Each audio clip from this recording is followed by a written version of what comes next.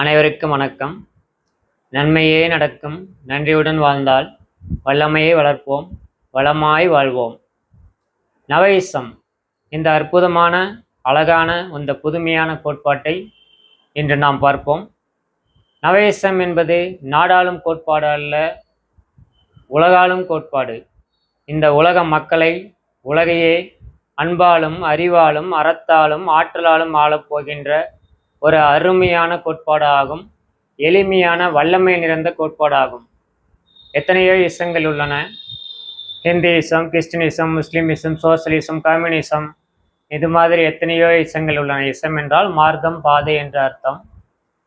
நவ இசம் என்பது என்னவென்றால், ஒரே சமயத்தில் ஒரு மனிதர் நல்லவராகவும் இருக்க வேண்டும், வல்லவராகவும் இருக்க வேண்டும். அந்த நல்லவராக வல்லவராக இருக்கும் ஒரே சமயத்தில் ஒரு மனிதரால் இருக்க முடிந்தால் அவர் நவயிச கோட்பாட்டை பயன்படுத்துகிறார் என்று அர்த்தமாகும்.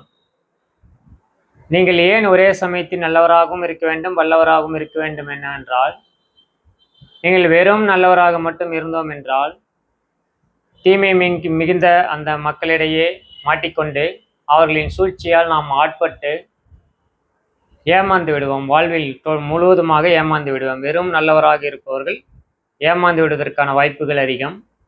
வெறும் வல்லமை, திறமை இருக்கிறது, நல்ல குணங்கள் இல்லை, திறமையை வைத்துக்கொண்டு என்ன செய்வார்? பிற மனிதர்களுக்கு தீங்கிழைப்பார். நல்ல குணங்கள் இல்லை அல்லவா?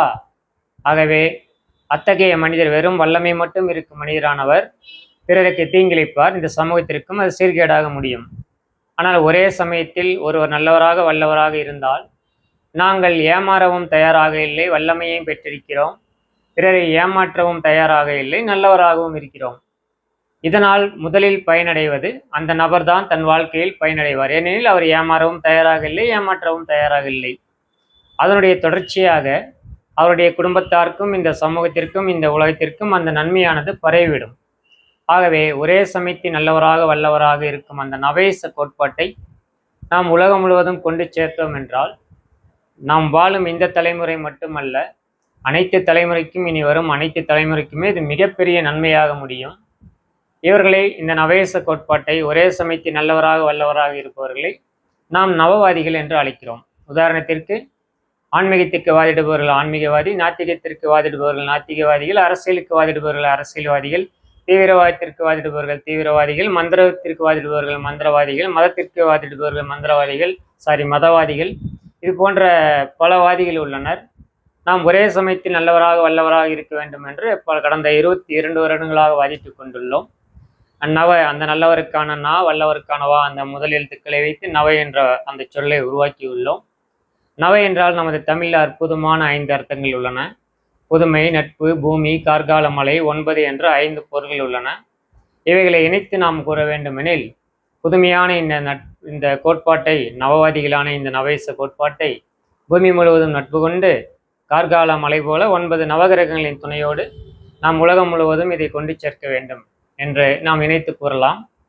இந்த நவேச கோட்பாட்டை நாம் ஒவ்வொருவரும் இந்த நவவாதிகளாக வாழ்ந்தோமானால் அதில் எந்தளவு நமக்கும் நன்மை உள்ளது, நமது தலைமுறைக்கும் நன்மை உள்ளது என்பதை நாம் ஆழமாக சிந்தித்து புரிந்து கொள்ள வேண்டும். எனவே நாம் இப்பொழுது நீங்கள் பார்த்தீர்கள் என்றால், சில வருடங்களாக, அதாவது ஒரு அரை நூற்றாண்டு காலமாக இனம், மொழி, நாடு, ஜாதி, மதம் என்ற பெயரை வைத்துக்கொண்டு மக்களை பிளவுபடுத்தி வேற்றுமைப்படுத்தி மனித நேயத்தையும் ஜீவநேயத்தையும் அதனிடையே இருக்கும் அந்த சமமான நீதியையும் காக்க தவறுகிறார்கள். இந்த நல்லவர் வல்லவர் கோட்பாடு, நீங்கள் எந்த இனம், மொழி, நாடு, ஜாதி, மதம், அரசியல் சார்பற்ற கோட்பாடு. நீங்கள் யாராக வேண்டுமானாலும் இருங்கள், எந்த நாடு, எந்த இனம், எந்த மொழி, எந்த மதம், எந்த கட்சி, எது வேண்டுமானாலும் இருங்கள். நீங்கள் ஒரே சமயத்தில் நல்லவராக வல்லவராக மாறிக்கொண்டீர்களே ஆனால் நீங்கள் தான் நவவாதிகளாகும். ஆக இன்றைக்கு நமக்கு தேவை, ஒவ்வொரு துறையிலும் நாம் நவவாதிகளை உருவாக்க வேண்டும். அதாவது ஆன்மீகவாதிகள் நமக்கு தேவையில்லை, ஆன்மீக துறையில் நவவாதிகள் உருவாக்க வேண்டும். அதாவது நல்லவராக வல்லவராக இருக்கிற அந்த ஆன்மீகவாதிகள் என்று அர்த்தமாகும். நாத்திகவாதிகள் வேண்டாம், நாத்திக துறையில் நவவாதிகள் வேண்டும். நவவாதிகளாக நல்லவராக வல்லவராக இருக்கிற நாத்திகவாதி. அரசியல்வாதிகள் வேண்டாம், அரசியல் துறையில் நவவாதிகள் வேண்டும், நல்லவராக வல்லவராக இருக்கிற அரசியல்வாதிகள். இது போன்ற அனைத்து துறைகளிலுமே நல்லவராக வல்லவராக இருக்கின்ற அந்த நவவாதிகளை நாம் உருவாக்க வேண்டும். இந்த பணிகளை நாம் சிறிது சிறிதாக தொடர்ந்து செய்தோம் என்றால் நிச்சயம் நாம் வாழ்கின்ற இந்த காலகட்டத்திலும் நாம் நிம்மதியான சந்தோஷமான ஒரு வெற்றிகரமான வாழ்க்கையை நாம் வாழ இயலும்.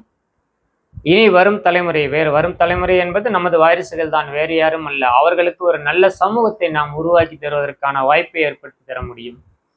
ஏனெனில் இன்று எது உண்மையான நல்லது, எது உண்மையான வல்லமை என்பதே தெரியாத அளவுக்கு இந்த சமூகம் சீரழிந்து விட்டது என்றுதான் நாம் கூற வேண்டும்.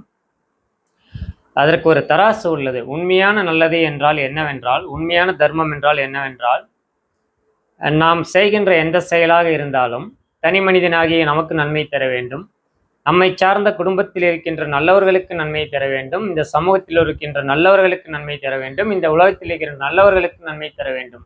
ஏனெனில் குடும்பத்திலும் சமூகத்திலும் உலகத்திலும் அனைத்து இடத்திலுமே நல்லவர்களும் உள்ளார்கள், தீயவர்களும் உள்ளார்கள். ஆக நாம் செய்கின்ற எந்த செயலாக இருந்தாலும், நாம் முடிவெடுத்து சிந்தித்து செய்கின்ற எந்த செயலாக இருந்தாலும், தனி மனிதனாகிய நல்லவர் வல்லவராகிய நமக்கும், நம்மை சார்ந்த குடும்பத்தில் உள்ள நல்லவர்கள், சமூகத்தில் உள்ள நல்லவர்கள், உலகத்தில் உள்ள நல்லவர்கள் அனைவருக்கும் நன்மை இருக்குமெனில் மட்டும்தான் அது உண்மையான நியாயமான தர்மமான செயலாகும். இந்த நான்கில் ஒரு விஷயத்திற்கு நன்மை இல்லை எனில் கூட அது உண்மையான தர்மமான நியாயமான செயல் ஆகாது என்பதை நாம் ஆணித்தரமாக புரிந்து கொள்ள வேண்டும்.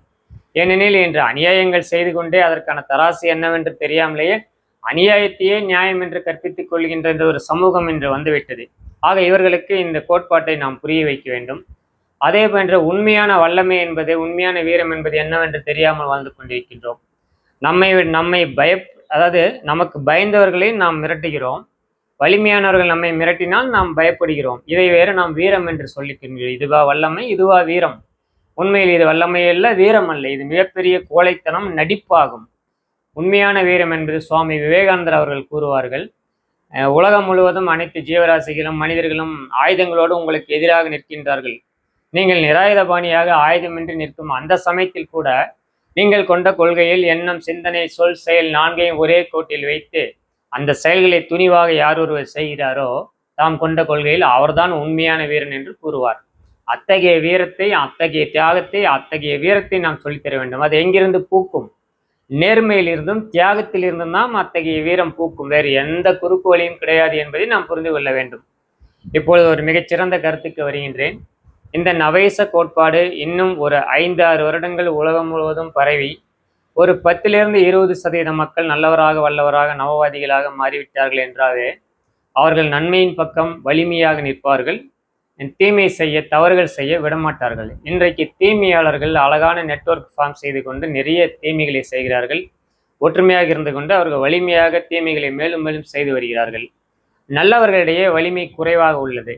இந்த நல்லவர்களை நாம் ஒற்றுமைப்படுத்துவதற்காகத்தான் இந்த நவேச கோட்பாட்டை கடந்த 22 வருடங்களாக நாம் செயல்படுத்தி கொண்டுள்ளோம். வாழப்பாடி சாய்பாபா அறக்கட்டளை, நிம்மதி கிளை அறக்கட்டளை மற்றும் தமிழ் சீரடி அறக்கட்டளை, இது போன்ற வித்தியாசமான அகில உலக நல்லவர் வல்லவர் இயக்கம், இப்படி பன்முக பரிமாண தன்மையில் நாம் பல கிளைகளை அமைத்து பகுத்தறிவு ஆன்மீக சபை, நவேச இயக்கம், இது போன்ற பன்முக பரிமாண தன்மையில் நாம் கடந்த 22 வருடங்களாக ஒரே நோக்கத்திற்காக இந்த நல்லவர் வல்லவர்களாகிய நவவாதிகளை உருவாக்குவதற்காக இந்த நவேச கோட்பாட்டை மென்மேலும் மக்களிடையே வளரச் செய்வதற்காகத்தான் நாம் இயங்கிக் கொண்டுள்ளோம். இதற்கு தற்பொழுது மிக விரைவாக இந்த விஷயமானது மக்களிடையே சென்று சேர வேண்டும். ஆகவே ஒரு 7 துறைகள் உள்ளன, மிகவும் பலம் வாய்ந்த துறைகள்.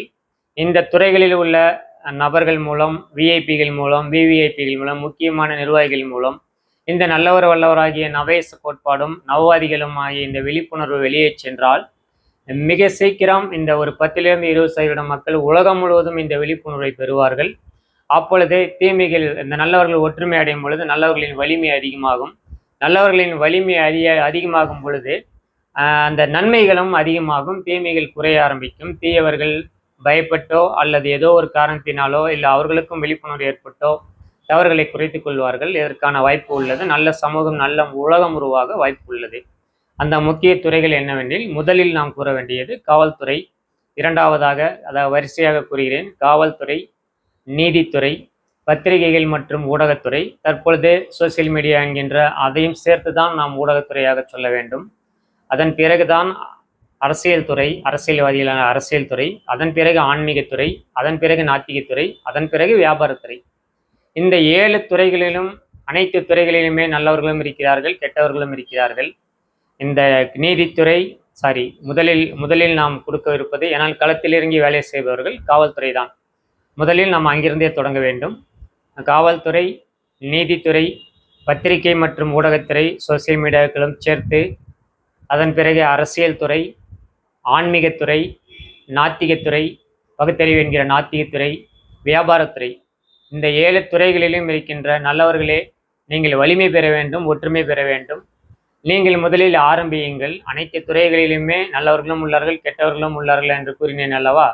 நல்லவர்களாகிய நீங்கள் இந்த நவயிசம் என்கின்ற நல்லவர் வல்லவர் கோட்பாட்டை, இந்த நவவாதிகளின் விழிப்புணர்வை நீங்கள் மக்களிடையே கொண்டு சென்று சேர்த்துங்கள். உங்களுக்கு வாய்ப்பு கிடைக்கும் இடங்கள் எல்லாம் சோசியல் மீடியாக்கள் மூலமாகவோ அல்லது நீங்கள் ஏதாவது ஒரு பொது நிகழ்ச்சிகளில் கலந்து கொள்கிறீர்கள் என்றாலோ, நவைச கோட்பாடு என்றால் என்ன? ஒரே சமயத்தில் நல்லவராக வல்லவராக இருக்கும் கோட்பாடு. இனம், மொழி, நாடு, ஜாதி, மதம், அரசியல் கடந்த அனைவருக்கும் சம நீதியை, மனித நேயத்தை, ஜீவ நேயத்தை கொடுக்கக்கூடிய ஒரு அற்புதமான கோட்பாடு என்பதையும், இது உலகையே மீண்டும் ஒரு மனித நேயத்தையும் ஜீவ நேயத்தையும் புத்துயிராக்கம் கொடுக்கும் என்பதையும் நாம் புரிந்து கொள்ள வேண்டும்.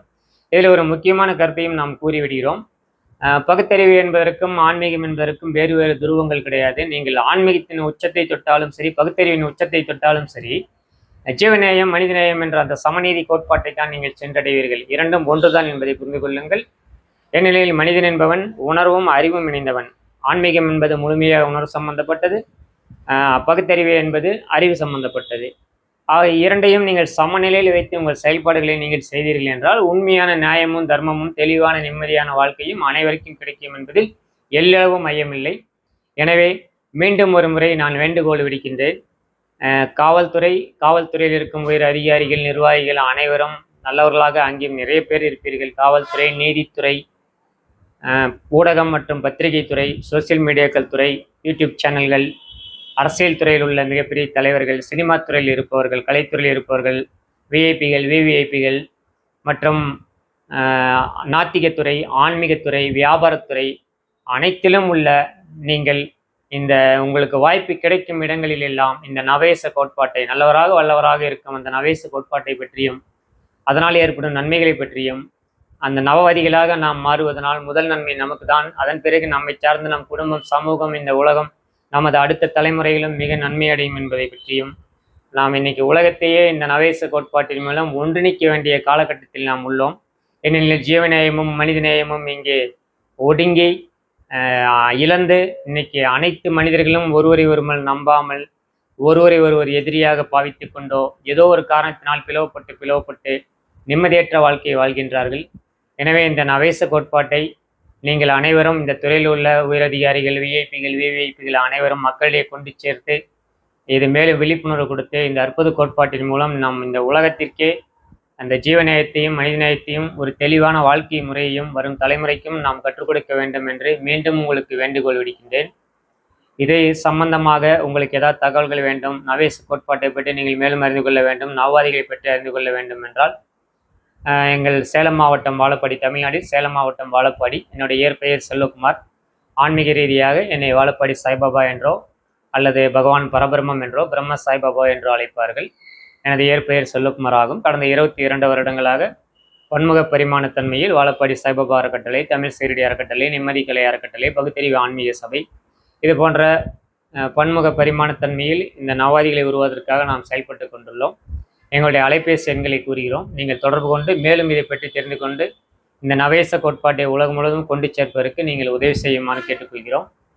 எங்களுடைய அலைபேசி எண்கள் 9362511160, 93 625 111 60. இன்னொரு அலைபேசி எண்கள் 8883608360. மீண்டும் ஒரு முறை தமிழில் கூறுகிறோம். 388888 888 360 8 360. இந்த 2 அலைபேசி எண்களில் ஏதோ ஒரு அலைபேசி எண்களை தொடர்பு கொள்ளுங்கள். மேலும் எங்களது யூடியூப் சேனல்கள் உள்ளது, அதையும் நீங்கள் ஃபாலோ செய்யுங்கள். நிம்மதி கலை என்கின்ற ஒரு யூடியூப் சேனல் உள்ளது, மற்றும் சாய்ராம் டிவி என்று அடித்தீர்களா அதுவும் ஒரு யூடியூப் சேனல் உள்ளது. நிம்மதி கலை யூடியூப் சேனலிலோ அல்லது சாய்ராம் டிவி யூடியூப் சேனலிலோ வாட்ஸ்அப் சேனலும் உள்ளது, நீங்கள் ஃபாலோ செய்யுங்கள். அதில் மேலும் உங்களுக்கு தகவல் கிடைக்கும். இல்லை கூகுளில் சென்று நீங்கள் நிம்மதி கலை என்று சர்ச் செய்தாலும் சரி, வாழப்பாடி சாய்பாபா என்று சர்ச் செய்தாலும் மேலும் நீங்கள் தகவல்களை தெரிந்து கொள்ளலாம். இந்த நவேசம் என்று நீங்கள் சர்ச் செய்தாலும் தெரிந்து கொள்ளலாம். நீங்கள் இந்த 7 துறையில் இருக்கும் ஒரு அதிகாரமிக்க, ஒரு சக்தி மிக்க துறைகளாகும். அதனால்தான் மீண்டும் மீண்டும் உங்களுக்கு நான் வேண்டுகோள் விடுக்கின்றேன்.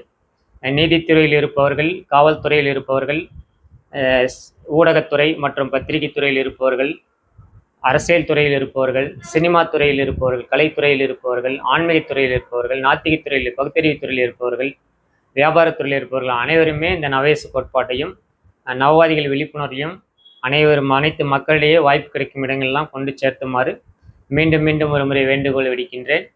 அனைவருக்கும் வணக்கம். நன்மையே நடக்கும், நன்றியுடன் வாழ்ந்தால் வல்லமையை வளர்ப்போம், வளமாய் வாழ்வோம். மீண்டும் அனைவருக்கும் நான் எனது நன்றியை உரித்தாக்கிக் கொள்கிறேன். நன்மையே நடக்கும், நன்றியுடன் வாழ்ந்தால் வல்லமையை வளர்ப்போம், வளமாய் வாழ்வோம்.